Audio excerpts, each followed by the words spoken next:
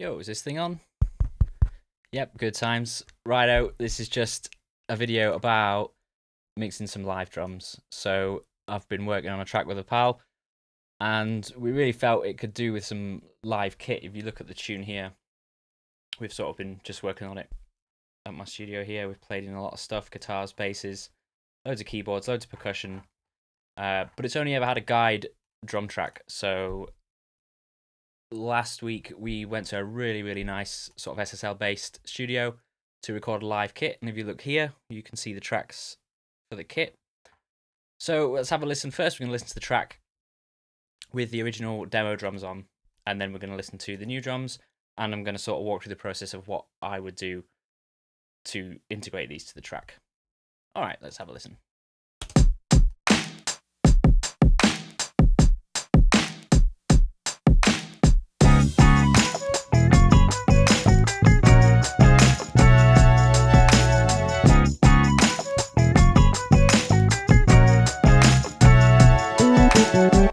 So we solo these drums, you can hear it's just like a, what kit is it? Battery something. So pretty much just a preset. We maybe tweaked some of the sounds. I am quite fond of the kick and snare just because we're so used to it. So I may bring the kick and snare back on as time-aligned samples with the live kit, but we'll see. And then there's full compressor on there as well. I'm a big fan of that. You see, if you take it off, the kit sounds so much weaker. Like the snare just sounds a bit trashy, but with the compressor on, I do like that sound a lot. So it's likely that the live drums will get the same treatment.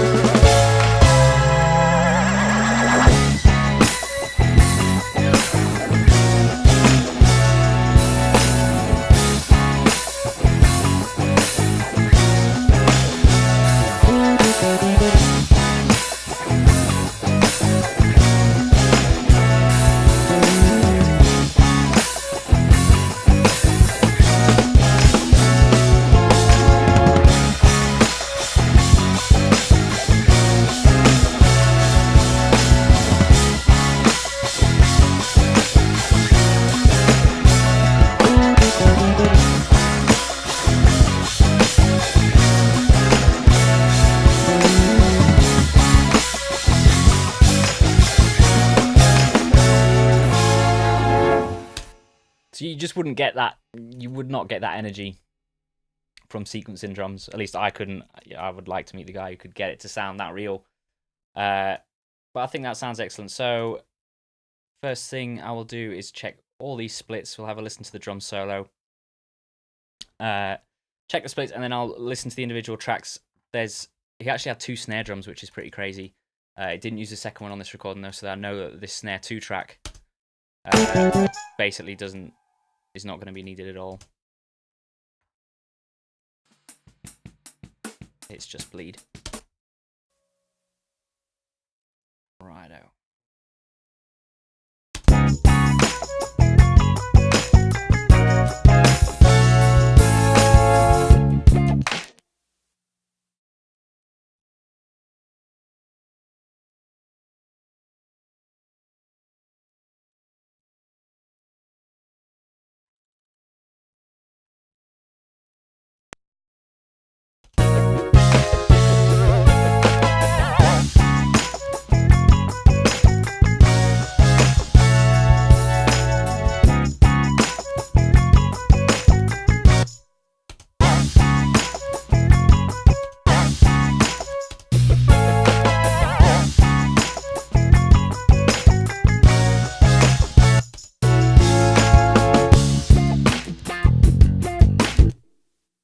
So here, just because the way we recorded the loop sections, they come in a little bit earlier, so we just need to tidy those up. So this is all the boring stuff you don't see when you watch some of these big producer guys on YouTube. You know, they've got assistants basically sorting all this stuff out for them and just handing them the fully edited tracks and like, here you go. So, but unfortunately, in my world, that's not how it goes. You just have to do it.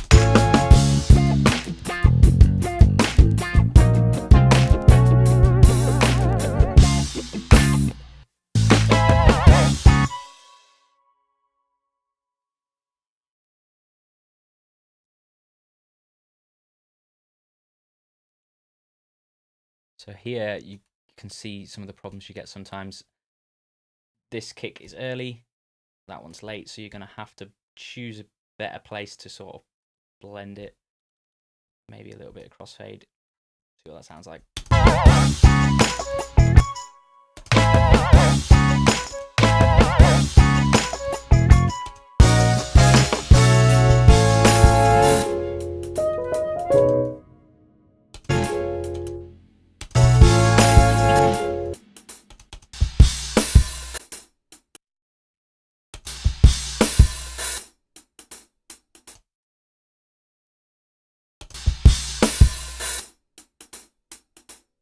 I actually like the way that drops down. Good.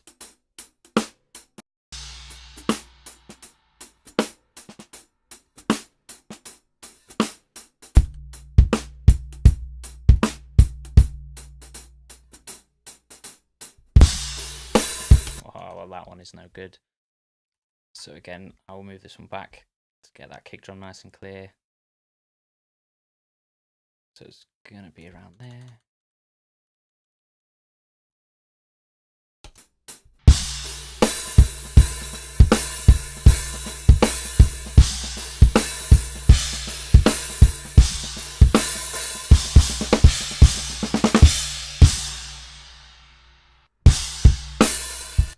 So there's a bit of cymbal bleed on there. We've got to replace that.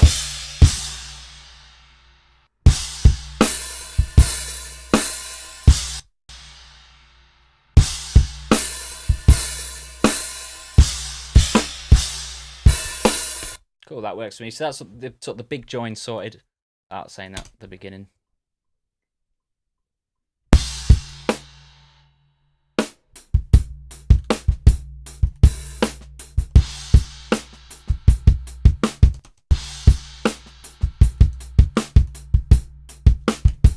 Not sure what happened in that first bar there, but let's take this.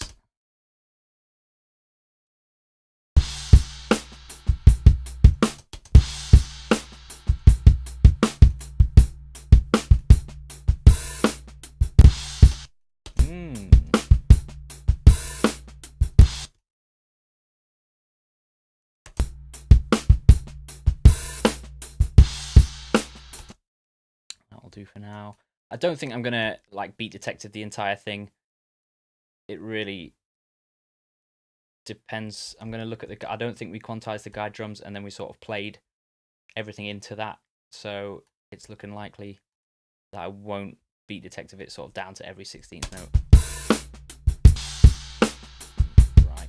So straight away it looks like we need a different take for the start. So if I look in my playlists, there's going to be loads. Every loop we did of the first half. Hopefully. Maybe we didn't do it. What is this? 04. Let's listen to that. Oh. Is that going through to my groups? Yes.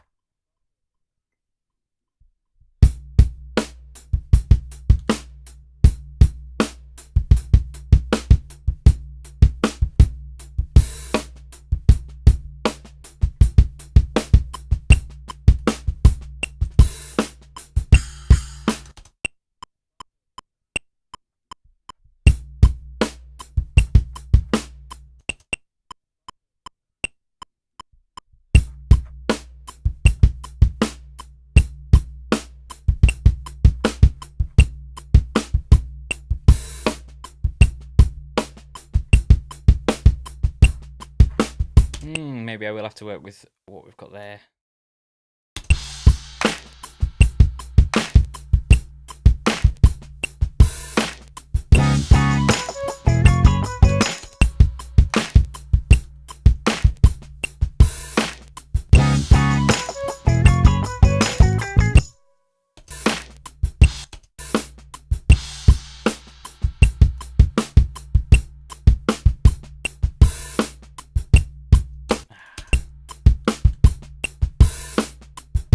That bar is pretty rough. Let's see if we can get that one.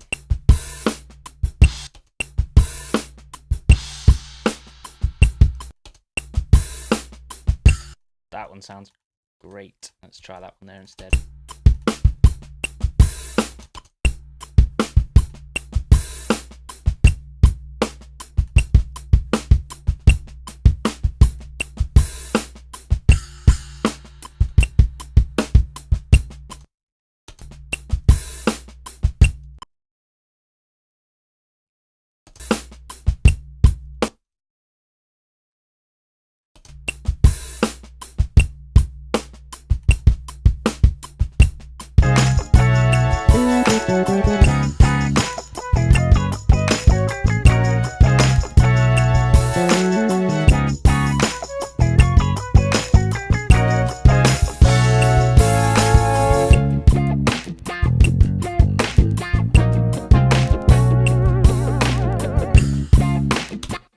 Cool, right, we'll go with that. So let's look at these acoustic drums and sort of talk about how they were recorded. So the overheads, let's see if we can, let's listen to one at a time.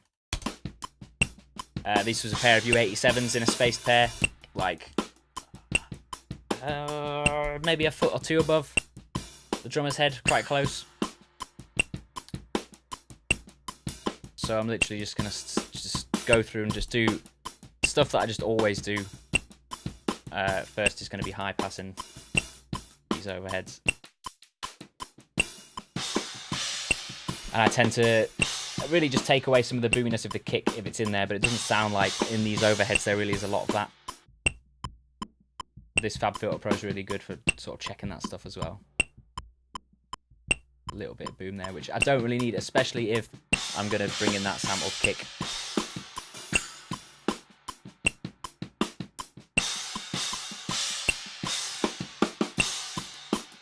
Maybe a bit of sizzle on top, but we can always come back to that. This is the kick in, fairly certain kick in is just, I think it's an Audix or something like that. I'm really not that hot on gear considering the job I do, as long as it sounds good. I'm sure it's that little black Audix D6. Let's get a gate on that.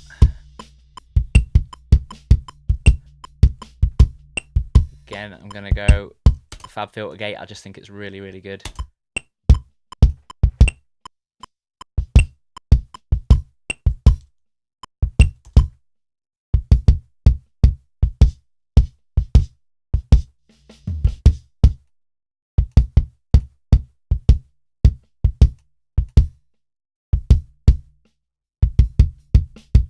Obviously, a longer release is going to give you more of that boom on the end.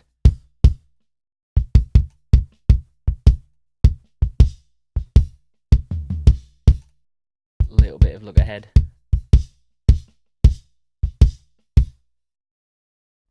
Yeah.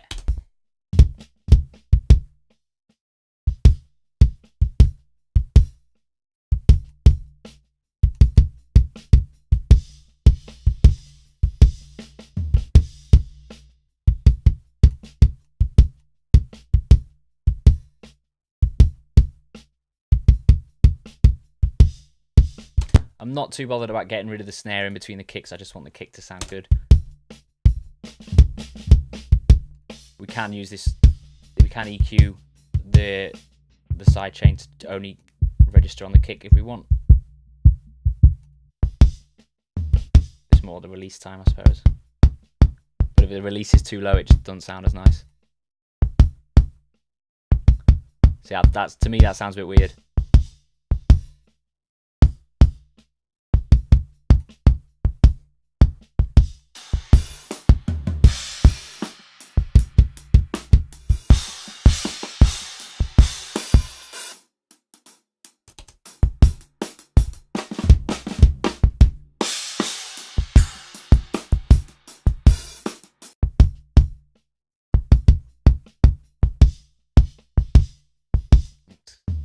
EQ on that.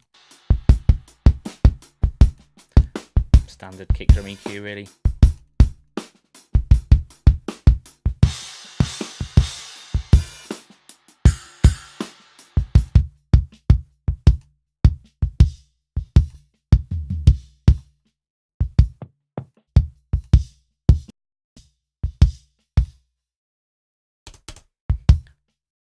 It's really just picking how tight, how tight do I really want that kick, and we've got an outside kick to worry about as well. You can also hear the tom ringing in this actually. Turn that gate off and see if I can notch that out a bit. Do do do, ba ba ba ba. I'm gonna try and get rid of that here as well. Yep.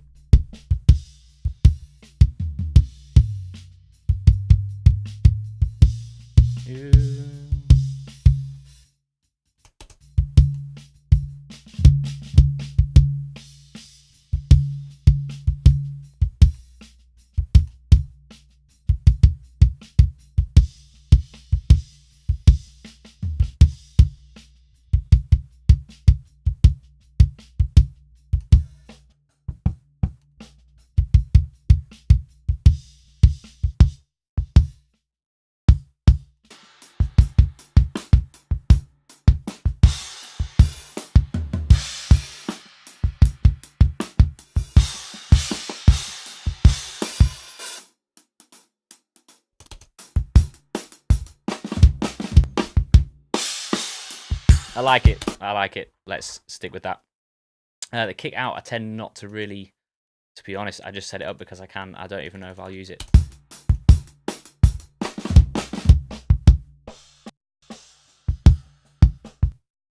So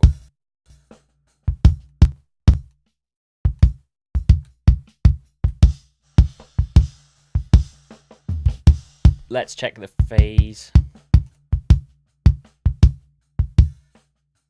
Pretty sure you can do that in here. Phase is good. Outside kick, what was it? I think it was fucking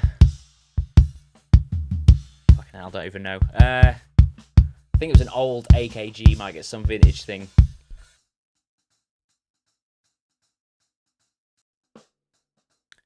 And with the outside kick, that's what I would use to get more of the sort of the boominess.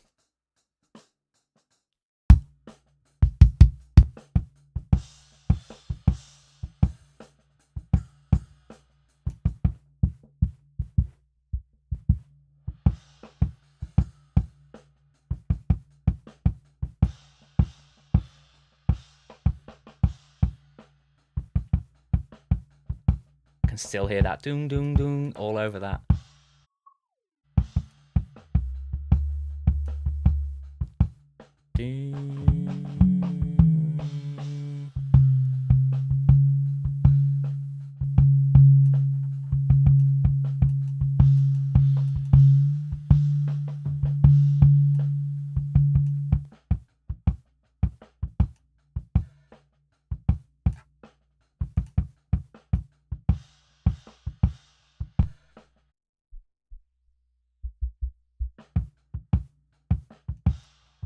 Yeah. Not massive on that mic in general. I might just blend it in a little bit.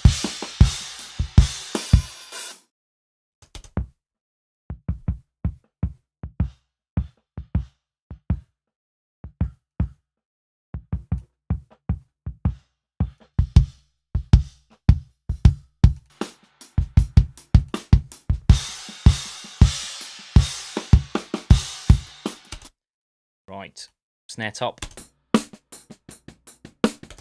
This it was a black condenser microphone, Josephson C something, some really expensive condenser mic, but I've always used them at this studio. I think they sound really good. So I use those on top snares and toms as well. So classic hi-hat bleed into the snare. Not the worst. I've heard a lot worse. Maybe we'll end up using a program called Drumatom to get rid of some of that, but hopefully we won't have to. Because when you listen to the kit overall, it sounds quite nice, you know, and I don't really want to try and get rid of all that bleed just to kill the snare sound.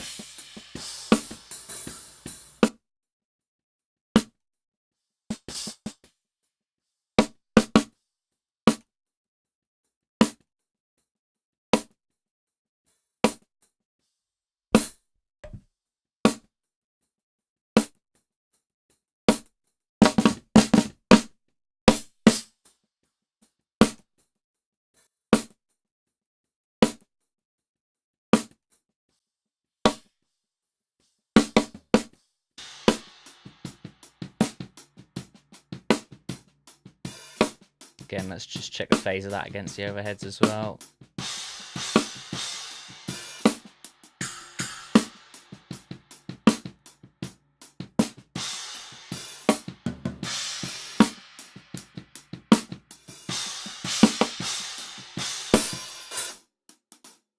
Feel like I'm getting more bottom end with it flipped.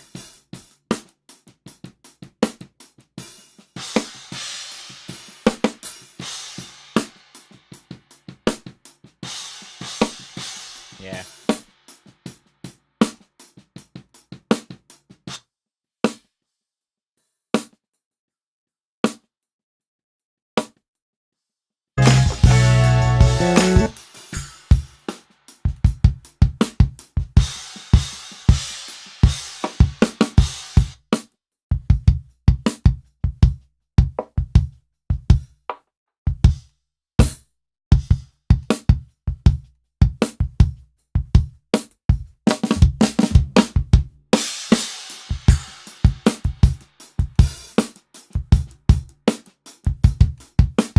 Another problem when you gate the snare too heavily is when they play the snare and the hat together, the hat suddenly gets really loud. So that's something else I've got to keep an eye out for.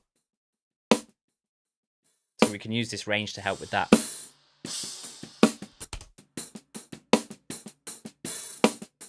So the gate doesn't have to like take away everything.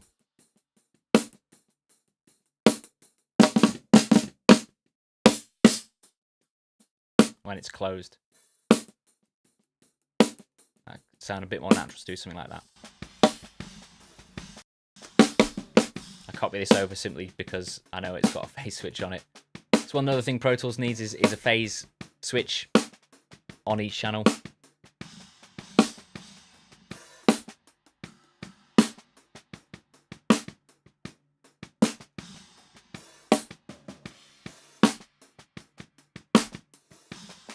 So the under snare is, I'm fairly certain I brought my boundary microphone. It's a tip I got from another engineer, really good tip is to use a boundary microphone. Sat underneath the snare, just looking up at the snare. And you get this really nice sort of rattle sound.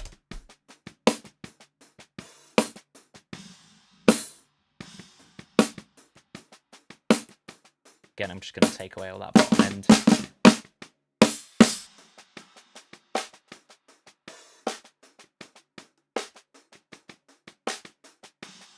Another tip for this mic is it's quite a good one for brightening up the snare without getting loads of hi-hat in, you know, brightening up the hi-hat in the snare as well. If you've got bleed to worry about, you can get a bit more snap from that mic as well. Doesn't need gating.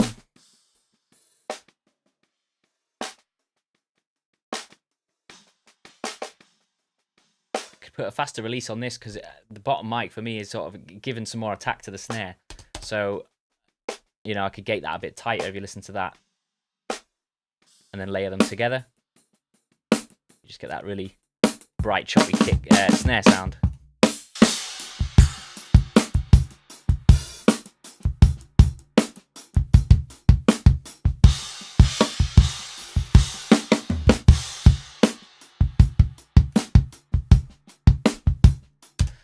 Nice. Okay, as we said, snare top and snare bottom of this second, they're not going to be used. They're literally just mics on a snare that was never hit, I don't think. So let's get rid of those.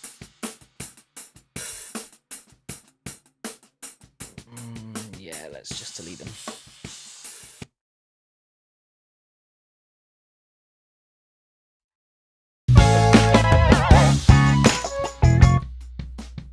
So here's the source of that doom doom doom over the whole song.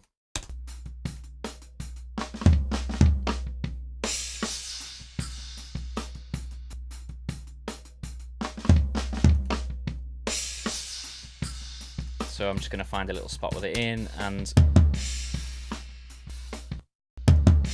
work on the gate for it for now.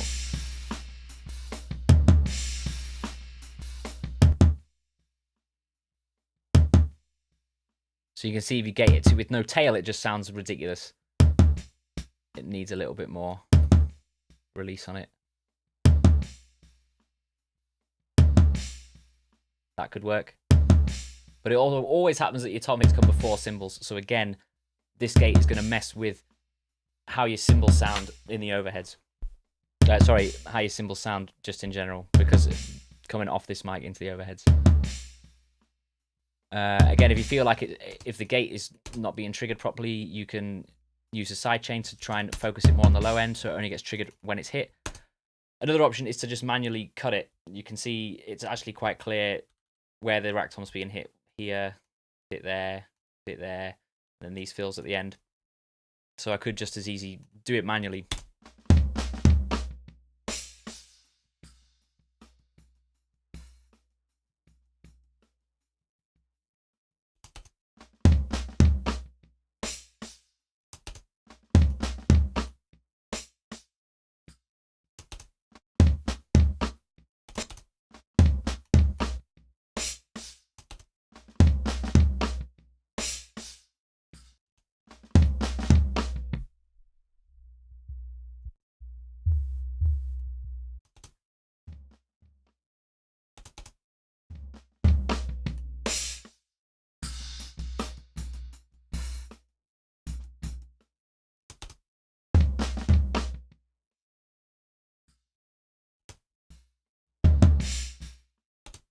If this isn't a thrilling Friday evening, I don't know what is. Oh, come on.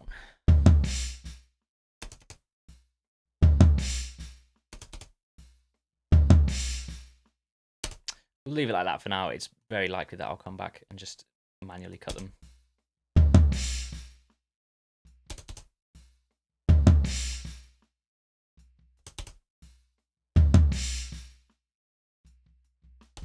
Little bit of attack on the rack tom, maybe.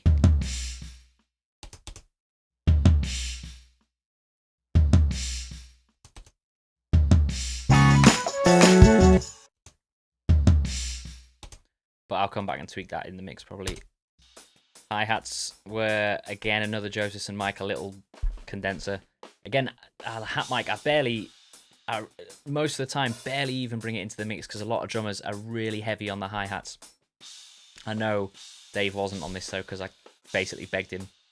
And he brought some new hats that were like super quiet or something, so these should be not so bad.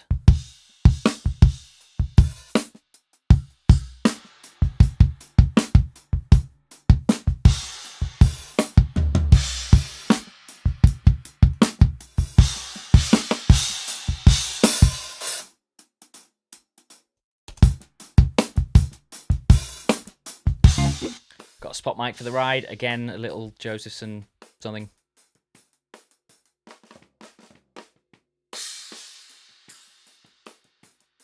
don't really know if I need it, to be honest.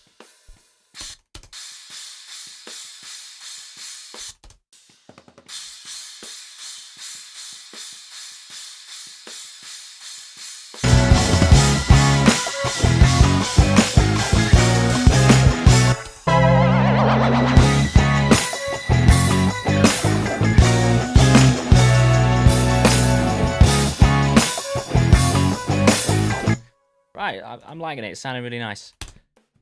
Room mic. This was a Rode something. Was it a Rode or was it a U67? I think it was actually the U67, yeah. Just sort of maybe two meters away, pointing at the in between the kick and snare.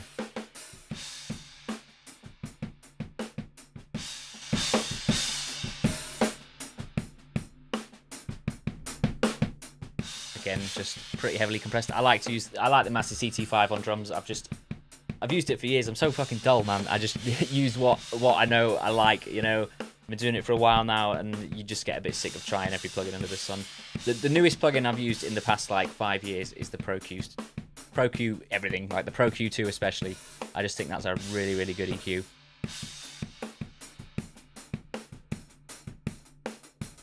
So let's bring all these drums back in.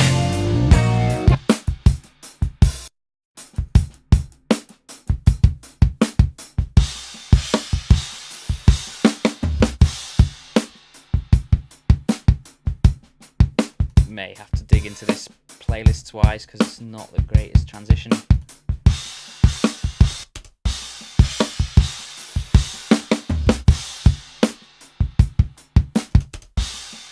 Could be the gate at the tom actually.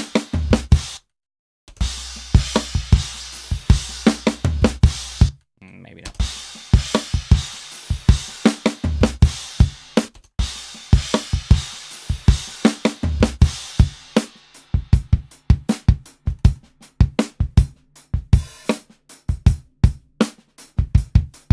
Let's bring that in with the main track.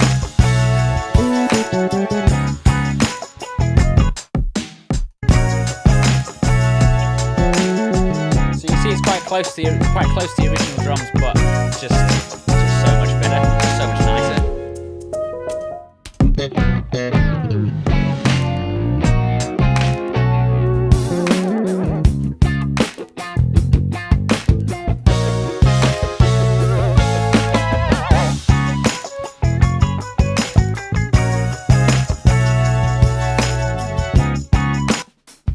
So on the drum bus, I've got nothing. I've just got a limiter at the minute, which I tend to put on, even just for tracking, just so it's just not as dynamic. So let's take that off. I had a bit of tape head as well, Massey tape head. I love that on drums. Probably not as heavy-handed as it is there. However, the main thing I'm going to use, I might go Valve compressor, but I know for now this TG12345, I've used this on drums for a few years now. I really like the compressor. I think it just makes drums sound great. I tend to go 50 hold, 50 mix pretty much every time.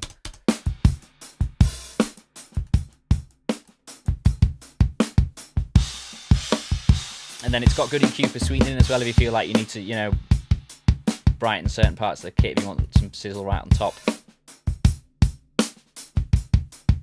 Can help bring that out.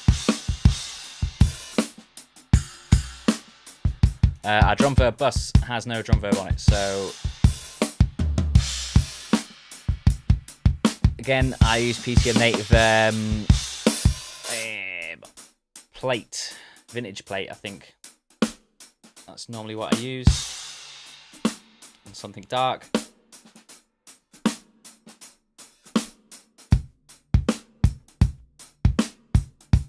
A bit too big. I'll probably go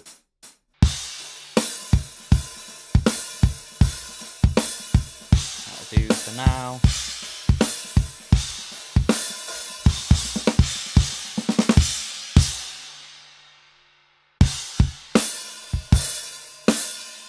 I'll put the limiter back on.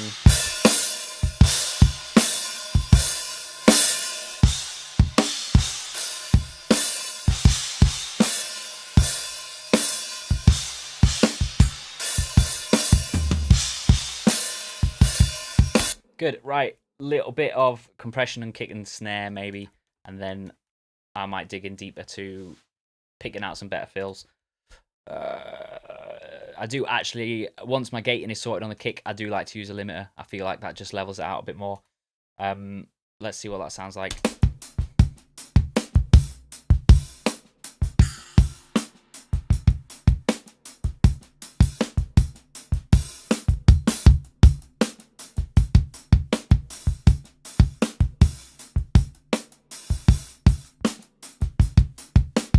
I feel like that brings out the little kicks more, a bit more. Ba ba ba ba. But you still get the tonal difference between the two, but it just brings them closer together volume wise.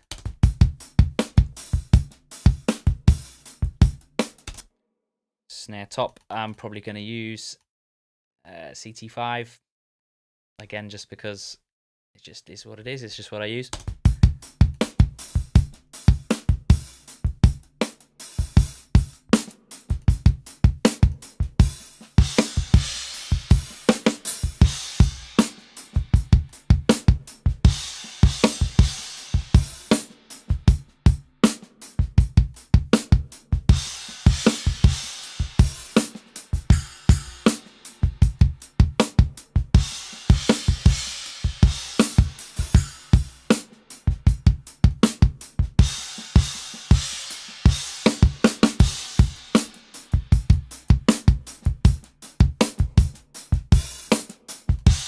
Nice. Right, I'm going to duplicate this playlist and just I'll consolidate it as well, just for now, so I know what sort of template we've got before we start picking out some different fills and stuff.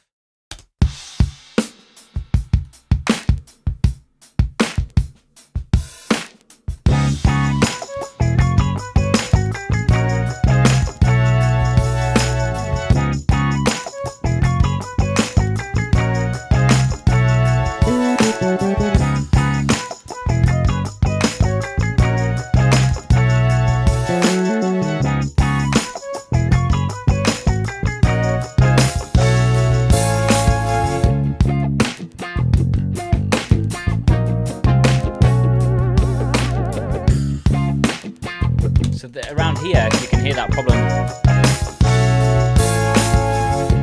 with like open hats coming into the mics.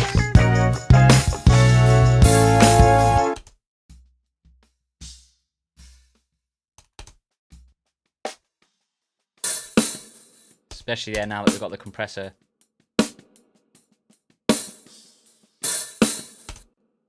There especially, so let's see if we can do anything about that.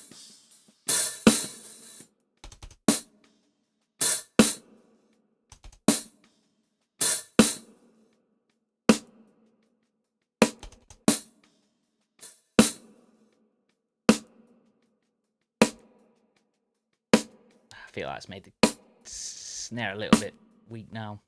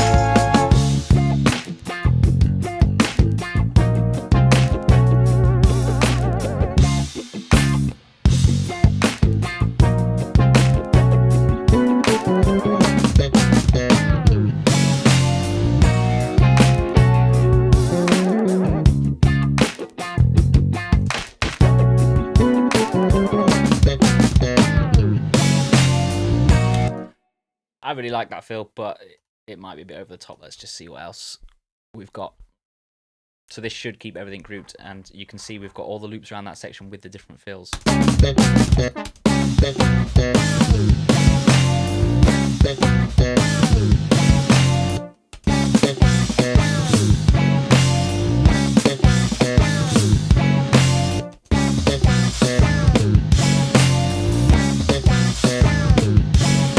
one's good as well. That one's got the cymbal, like the polymeter sort of cymbal thing.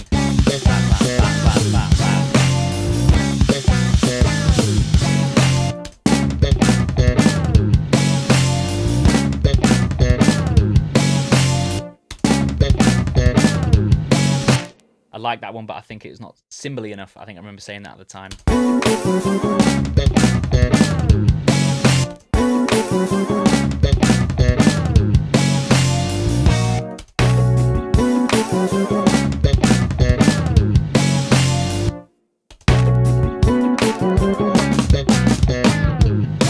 That's the original.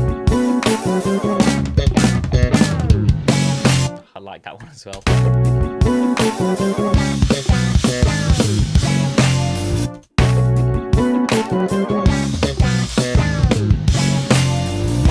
That was like a hybrid of both. It's got a little bit. It's got a lot of cymbals, but it's got the gap as well.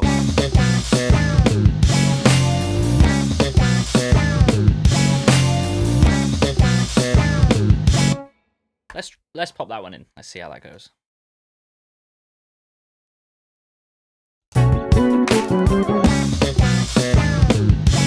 So again, you can see you've got to get that edit super clean.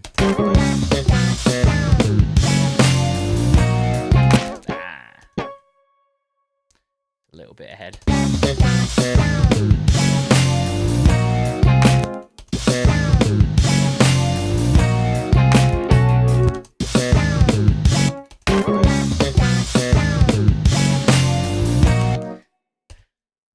Again, fixing that is not something I really want to do.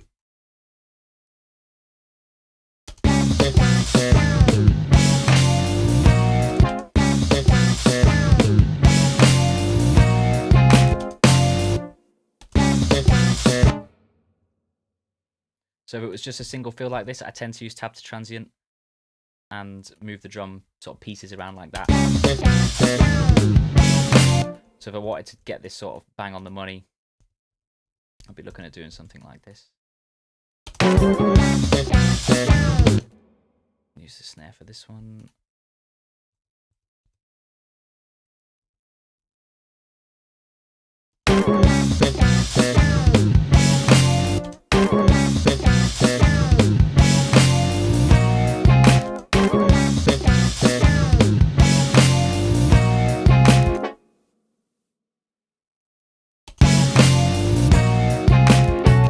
And maybe use the tail of that just to make sure it's super clean. So you see you've got the bleed from the end of the fill. So it's picking a good place to sort of cross back, and I think around there will work.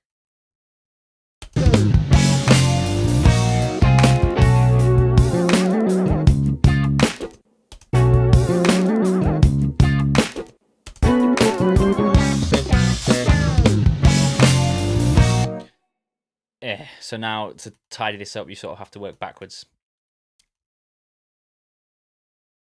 and just try and get your crossfades in the right places.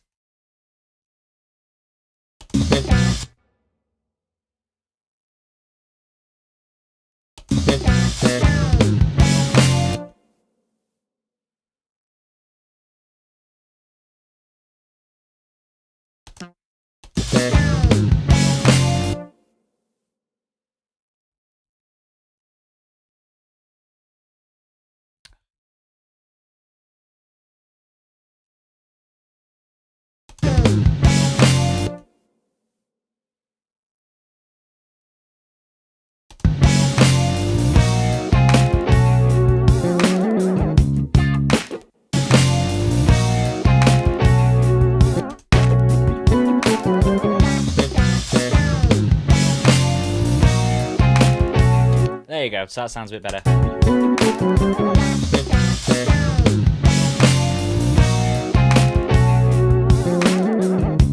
Snare's a bit ahead. Well, it says it's on the line, but...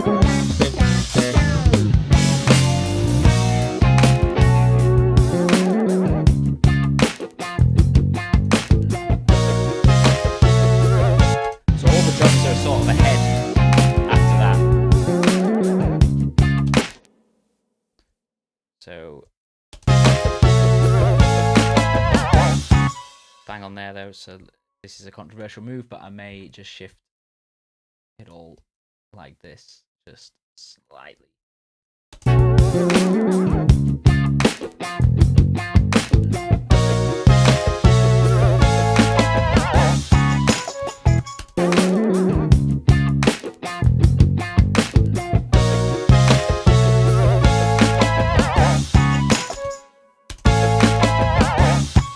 Spreads out again here.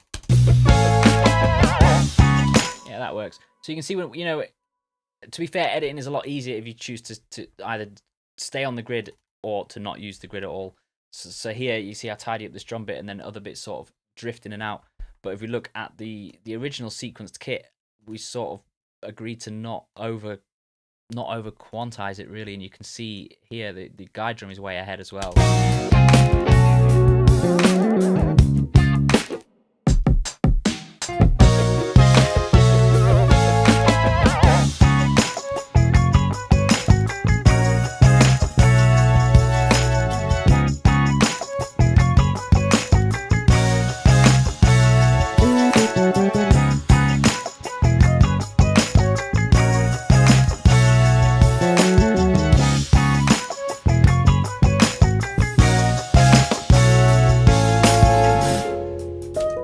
Save that for now.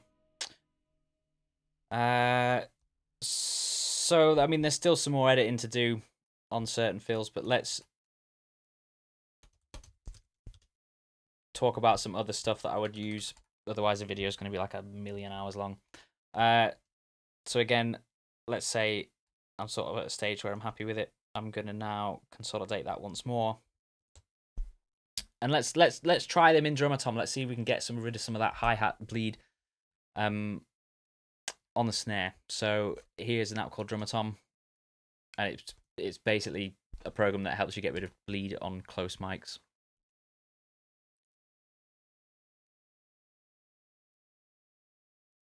Oh, wrong folder. So the drums we just consolidated should be here. There we go.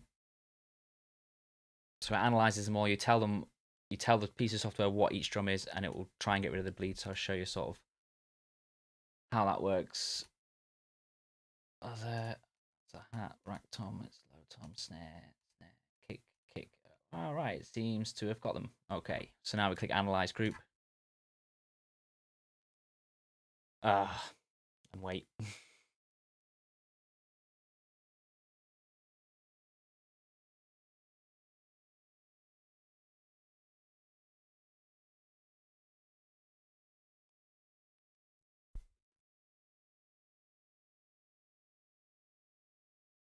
It's quite a good piece of software, this, but it's quite expensive. I think it was maybe about 200 quid.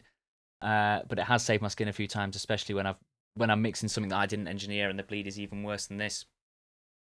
It has allowed me to sort of get a usable snare sound from the live kit without having to use samples, basically. So it's worth the money, you know. Even if I've only used it a handful of times, I'd say it's worth it. But you can probably get a demo, just like most things. I'm fairly certain the first time I really needed it, I got the demo, used it for the however long it was, 14 days or something, and then when it came around the second time, I was like, yeah, now's the time. Now I'm going to put my hand in my pocket and sort of buy it. And it's a business expense at the end of the day, so it's not all bad. Right, we're there. So, excuse me, I tend to find with Drumatom, less is more. It's a bit like anything, really. It's like Melodyne. It just don't overdo it. So let's listen to it and see what we've got.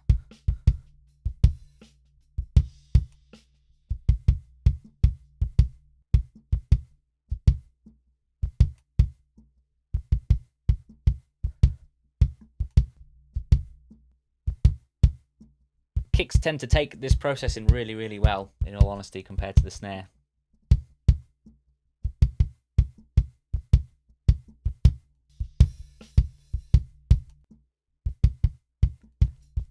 But I do tend to think you lose a little bit of attack.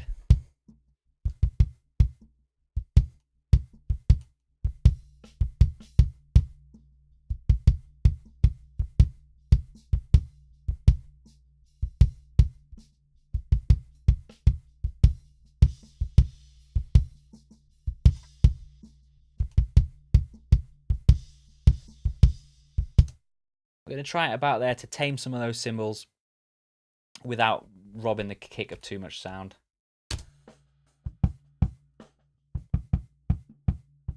I'm barely... Again, this one's got a bit more bleed because it's out of the kick drum. And you can hear that most of the effect happens within the first, like, quarter.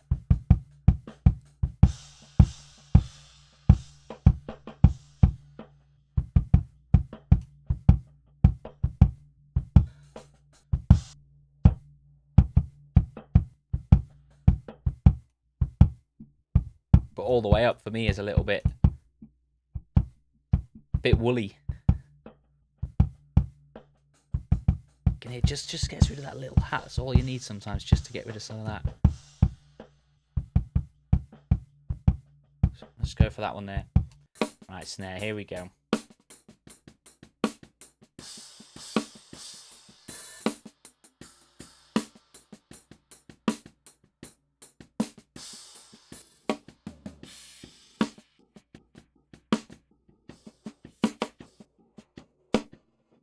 So even around here, you know, can't hit it that hard. It just sounds really, really fucking horrible.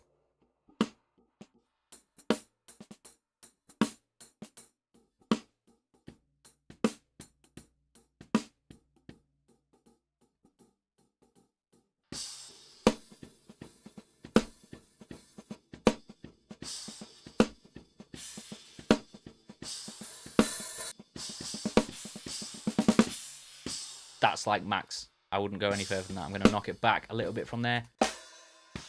Snare bottom.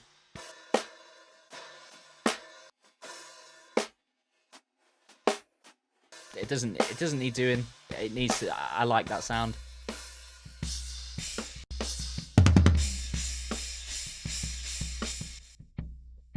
So a section like this, you can really, when he's really whacking that cymbal,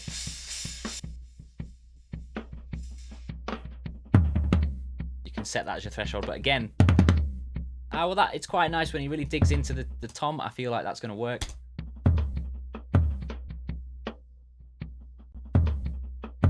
But again, it just feels a bit too dead.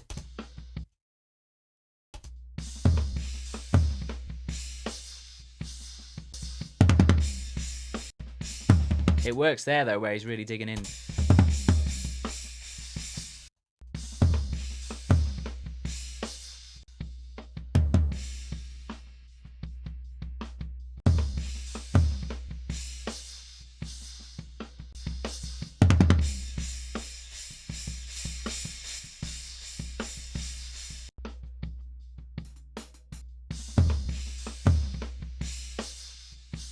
Let's try it like that. Export this group.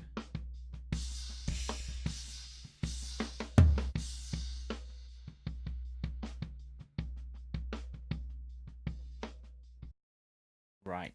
And let's do a little bit before and after. Let's listen to it before.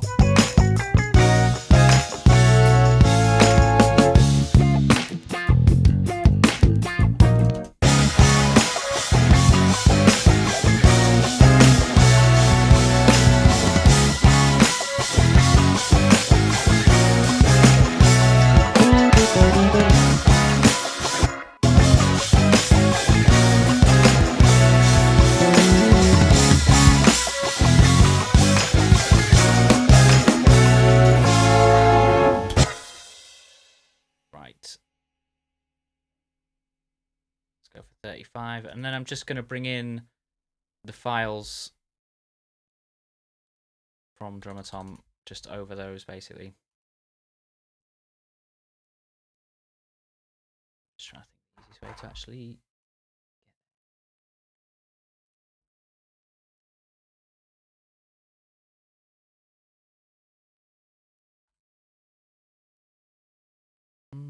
here we go. Hats processed.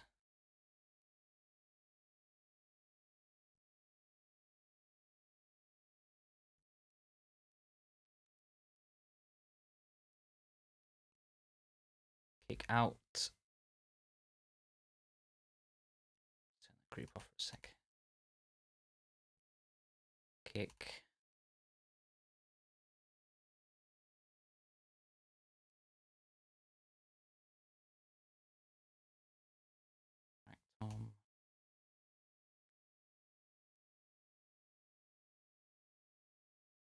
snare top.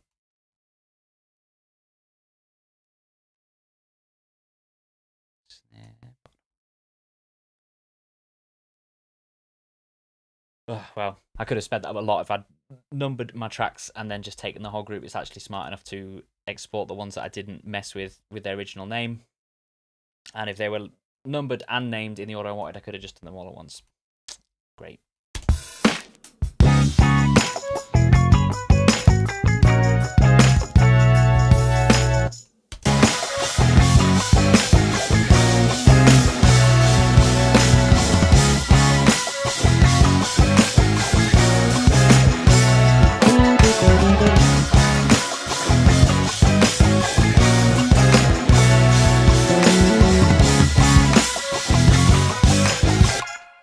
See, that sounds really, it still sounds really natural to me. Let's go back and forth and see if we can actually hear a big difference. Ooh. Sure, the groove's on. So this is without. And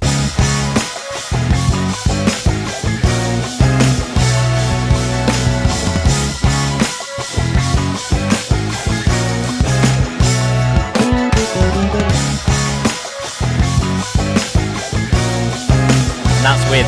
It's very subtle, but you do get just a tiny bit more punch out of those drums. So I'm happy with that. Right, very last thing. I was saying earlier that I do really like the kick and snare sound on this guide kit. So what I'm going to do is use one last little tool that I do like. Again, it's a Massey tool called Massey Drum Replacement Tool. It's an audio suite plugin, which is amazing for capturing triggers. So this is the easiest piece of software to use in the world. In fact, I'm going to do this twice. Kick sample. Let's duplicate this one.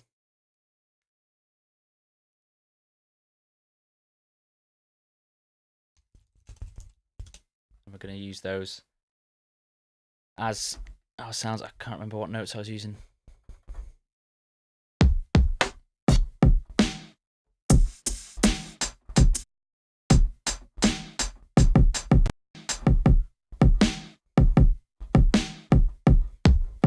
C2, C1, C something. Let's see.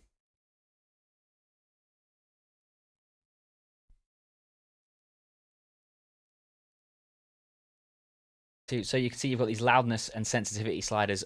Absolutely ingenious, in my opinion. Basically, if I aim for around here, normally it's really, really good at only getting the kicks and not getting sort of the snare bleed. But let's just zoom in and see what we're getting.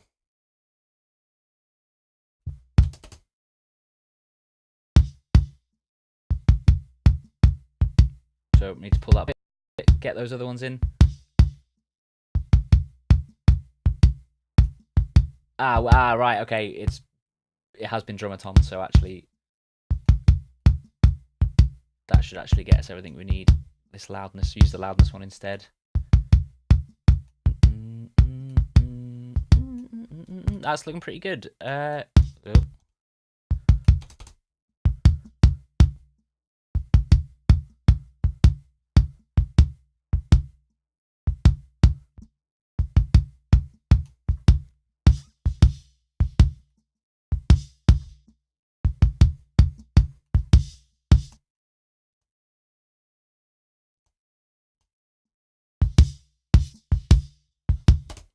Well, that is bang on. So let's drag and drop that to this the sample track. That's literally all you got to do. Like that.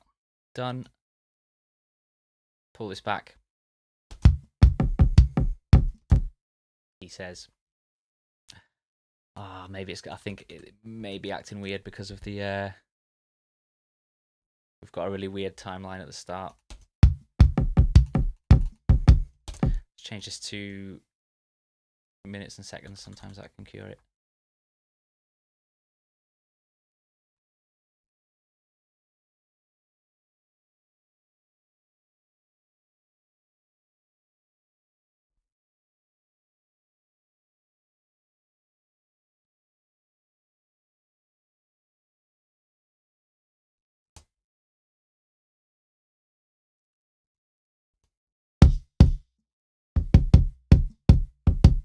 Excellent.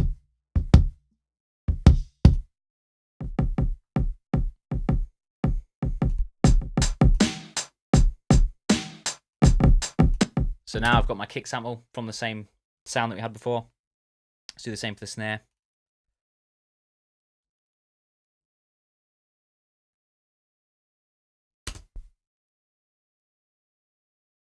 Again, we're going to need D2. We're going to analyze. And again, see what we get.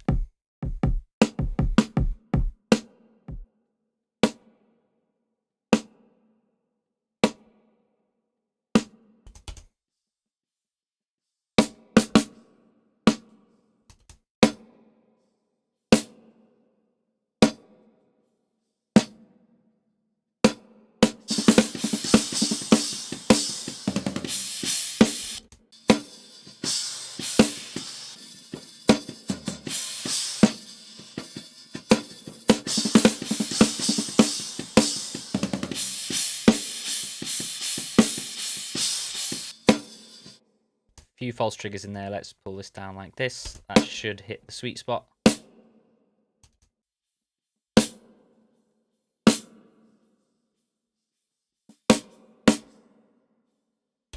think we're there. Bring that in, snare sample.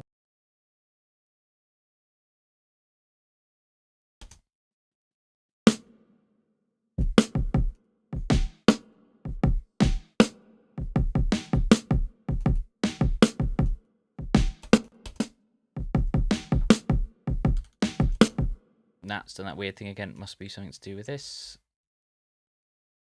Ah, oh, don't tell me I closed it. What a fool. I'll have to do that one again.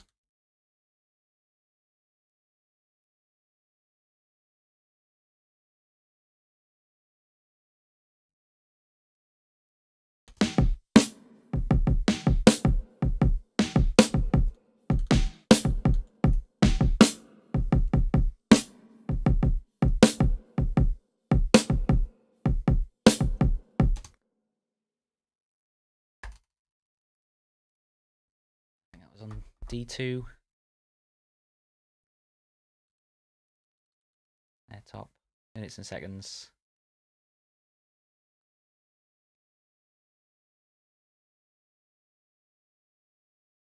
Is this looking any better?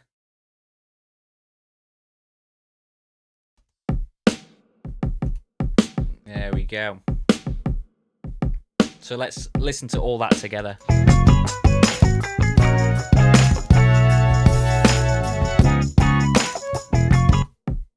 And these kick and snare samples, I'm going to put them into the same drum bus as well.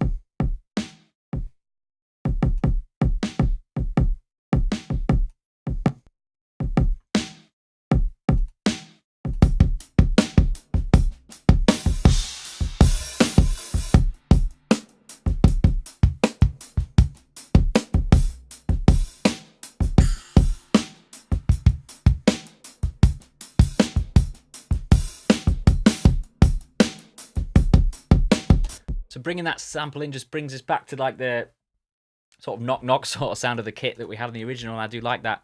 What I will do is EQ the low end out, though. I prefer the low end of the actual kick that we, you know, the acoustic kick.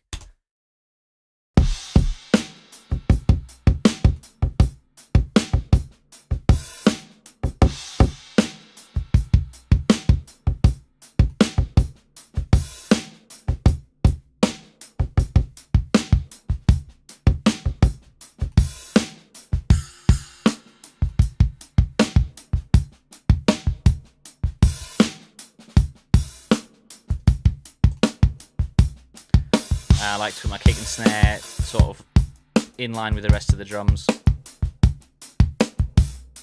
And if I was to do any further editing, what I could do is then bounce these two tracks down to audio.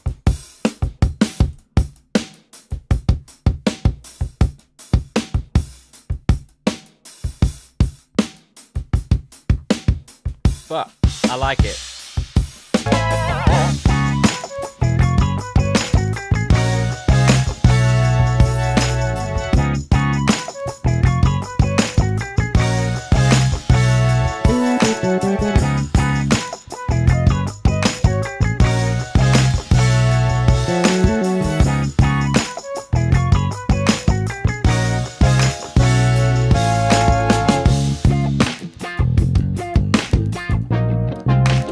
So now finally let's compare the old drums to the new drums where we're at now.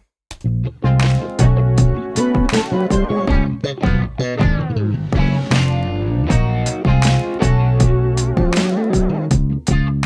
there's our original sort of idea.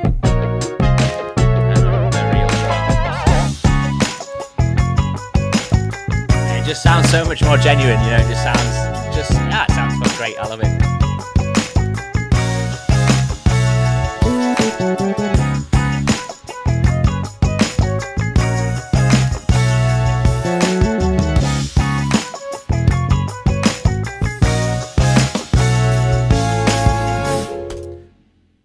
One very last thing that I said we could look at and we haven't is auto align. So if you feel like the phase of your mics against your drums isn't perfect, there is a piece of software you can use to really tighten that up as well.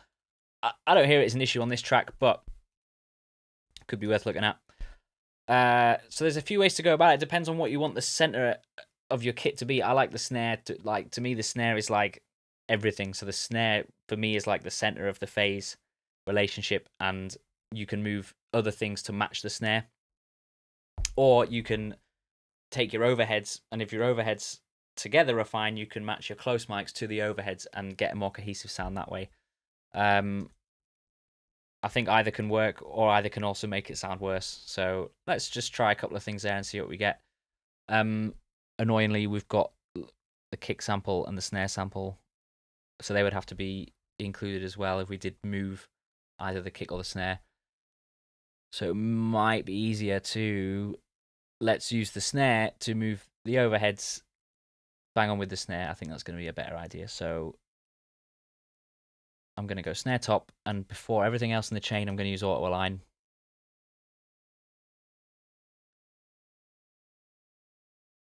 And put that to send 1.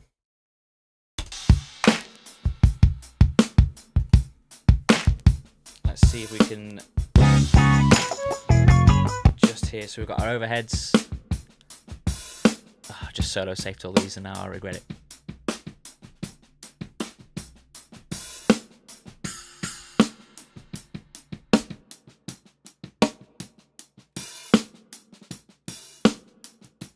So we've got our overheads and we've got our snare top sending its signal out to the overheads, which is stereo. So you might have to split them into mono and see if that sounds better. Let's just see what happens, see if there's any perceivable difference.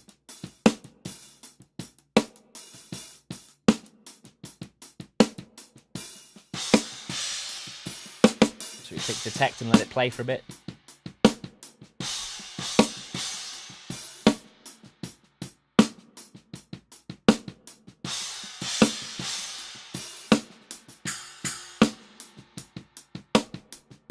So it's -138 on the overhead, so it's basically moved the overheads earlier so the attack of the snare lines up with what the overheads heard. Whether you want that or not is entirely up to you. You know, some people like distance on their drums. That's the whole reason overheads, rooms and stuff work, you know.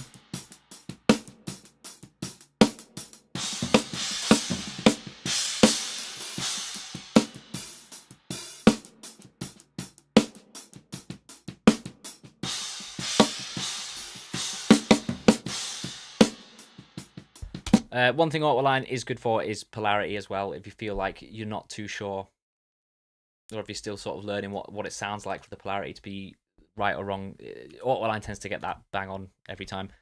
To finish, let's just do it the other way around. Let's do the overheads as a send and move the kick and snare to match what the overhead is hearing instead. See if that sounds any different. So send 2.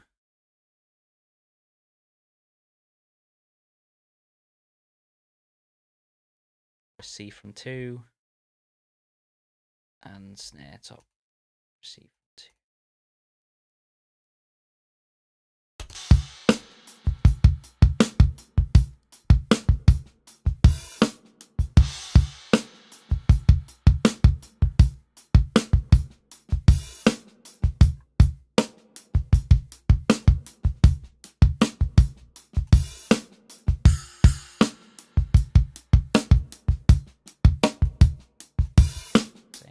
These snares.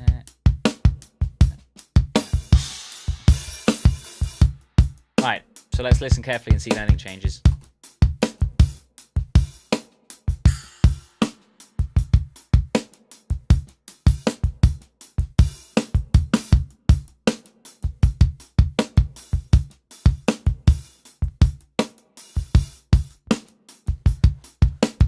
So we've got 0 on snare, top.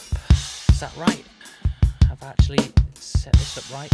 Ah, because that needs to be reset, right?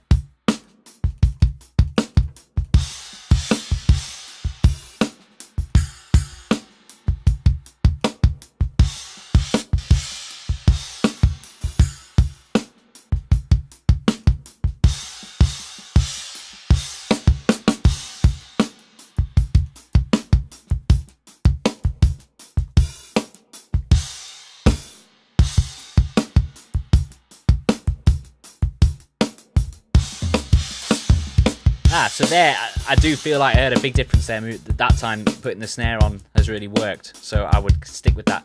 So now we've moved the kick and the snare later in time to match the overhead signal, and I think that has definitely helped the snare.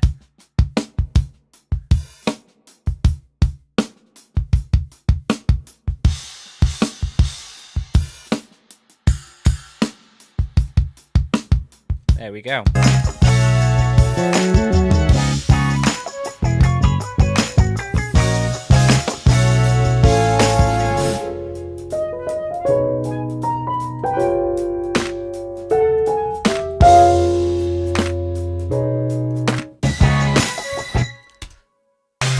Right, I think that's it. It's been a long hour, and I've really got more bit editing of the drums to do, but I think I do really like the way the sounds have meshed together. You know, that was my intention, was to get a live kit feel with some of the characteristics of the demo drums, and I feel like we're getting close to that. So to finish, let's now just listen to this ending with the kick and snare samples and the Drumatom, the auto align, the EQ, the mix, stuff like that. Let's have a listen through.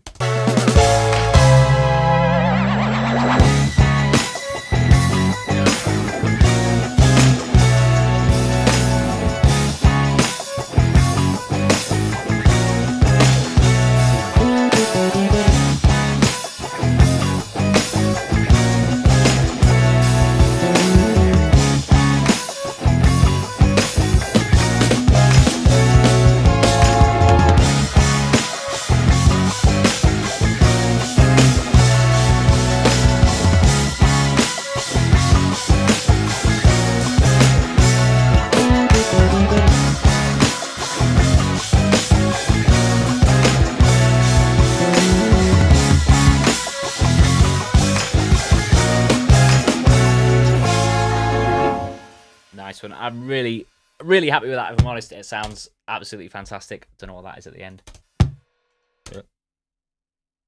It's bad comp probably from the ending wasn't as good, I don't think. But he says the ending wasn't as good, but I disagree.